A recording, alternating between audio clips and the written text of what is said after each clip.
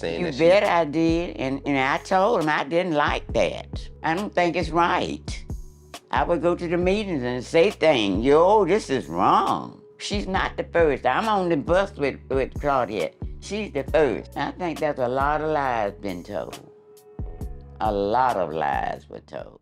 Margaret Johnson Burch, age 91, born in 1932. And I'm from Montgomery, Alabama. I came up as a child. I would call it a struggle. Uh, you didn't have no money. Your parents didn't have money. You had to get out and work. I started working at the age probably 13 at downtown Montgomery at the train station. Trains were running in Montgomery then, in a cafeteria. I knew how to cook from the age of 6 or 7, so that's how I started. I didn't go to school like most girls because my mom had 12 children. By me being the oldest, I had to stay home a lot of days out of school. And of course, I got behind in school. But as I grew older, I went to work and promised myself that I was going to finish high school. Okay. Uh-huh. As far as one thing about Montgomery, it has been a place known to help start off the civil rights movement. Of course. At what point did you see race as a youngster? When did you experience it? When was your first racist encounter for yourself that you can recall? My first race encounter was when we had to walk to school every day. So you had to catch the city line bus, of course. And if the bus is full of white people in the front, then the bus driver would hand his hand out the door. He wouldn't let you come through the front door.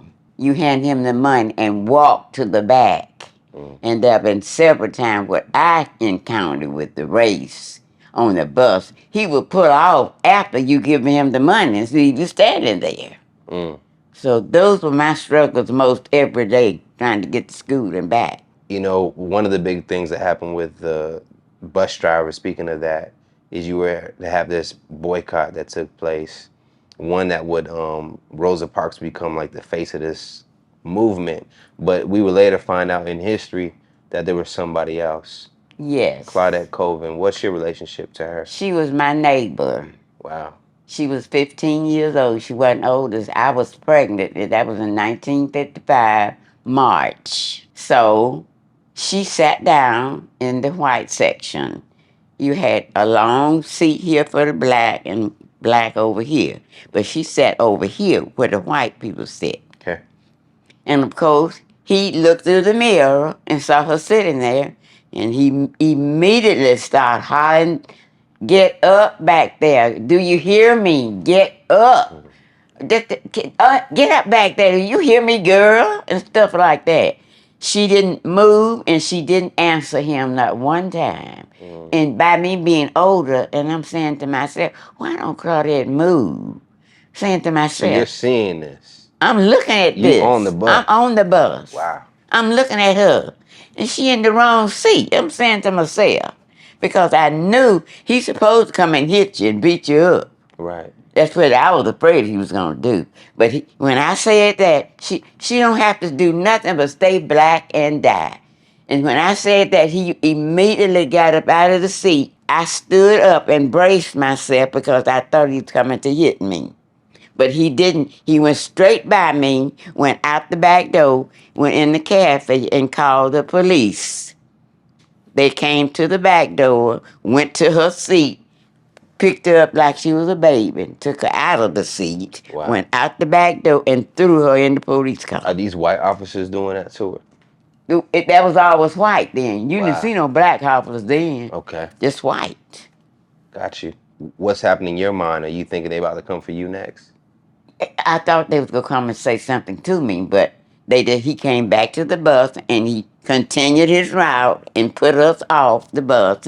And we went straight to, we called that lady Aunt Shug, her auntie house, but we all called Aunt Shug, you know, and told her what happened to Claudette as she was in jail. Wow.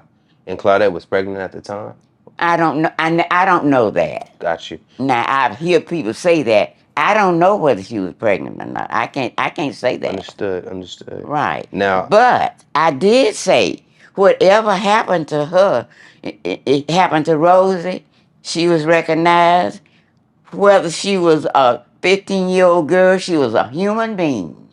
And I think that was wrong to treat her like they did. and how did you feel they treated her? They didn't recognize her as being the first person Right. that was Rosa Parks. She got it. She was working down there with some black people at the NAACP or something. But she was working at the Montgomery Fair. She sold there, and they got her. I guess they just got together and got her to do. And I always say they did because she was real light. Yeah. Yeah, I still would say that. Claudette was dark skinned. Yeah. This lady was lighter than me. Because that was the conversation that I was seeing, was that they felt that Rosa Parks was like a better image for A what better person for the job. so they could push this. And Push it on. this was the NAACP putting this together. Yes. Wow. And this man that was really behind it, he was a porter on the train, but he was in that organization. He was in it. Mm-hmm. And I always say that from my perspective, he was going with her. Oh, Yeah. I got you. Oh, yeah. Got you. There was something going on between him and her.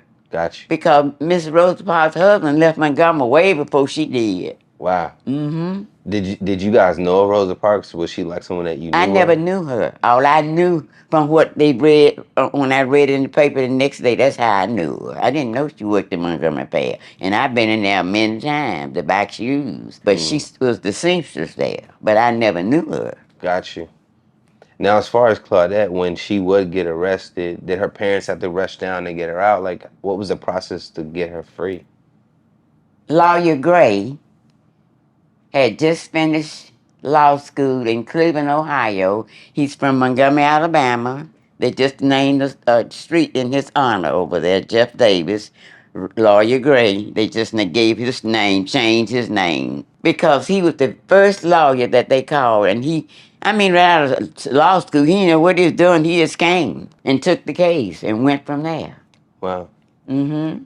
Now, one thing could be said when you look at this is, you mentioned that you felt that Claudette, her skin color may have been the reason. Were there other reasons why you think they decided not to pick up Claudette's Well, case? from what I hear, she was pregnant. Someone said that, but I can't say that because I don't know. Did you have any like animosity when you saw Rosa Parks get all this love and people pushing her and saying You that bet I did, and I told him I didn't like that. I don't think it's right. I would go to the meetings and say things. This is wrong. She's not the first. I'm on the bus with Claudette. She's the first. In fact, Claudette wasn't the first. Miss Smith was the first one, but they never recognized her. Gotcha. But they gave her a plaque in her yard 2 weeks ago. Look how long that's been. Right. They set up a big plaque over there for her. They trying to, Fix it. fix it.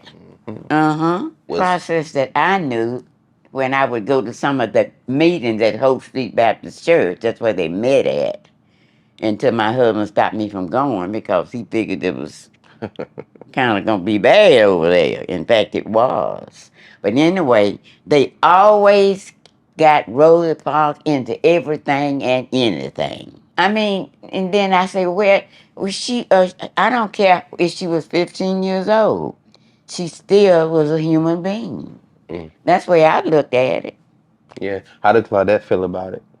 How did Claudette feel about it? Oh, Claudette was bitter. Yeah. She's bitter to this day.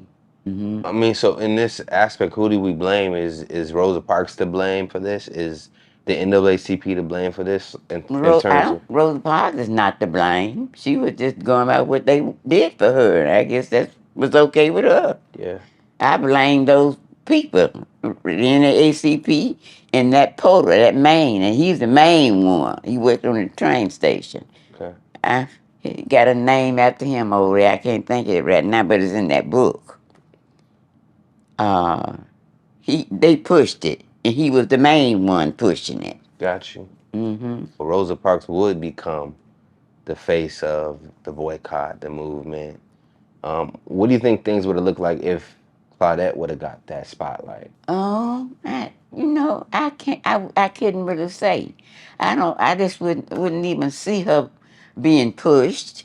I don't think they would have ever pushed her. I really don't.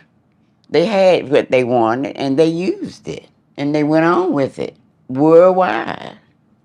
So is that like one of our biggest lies that we've been told in terms of like Black history?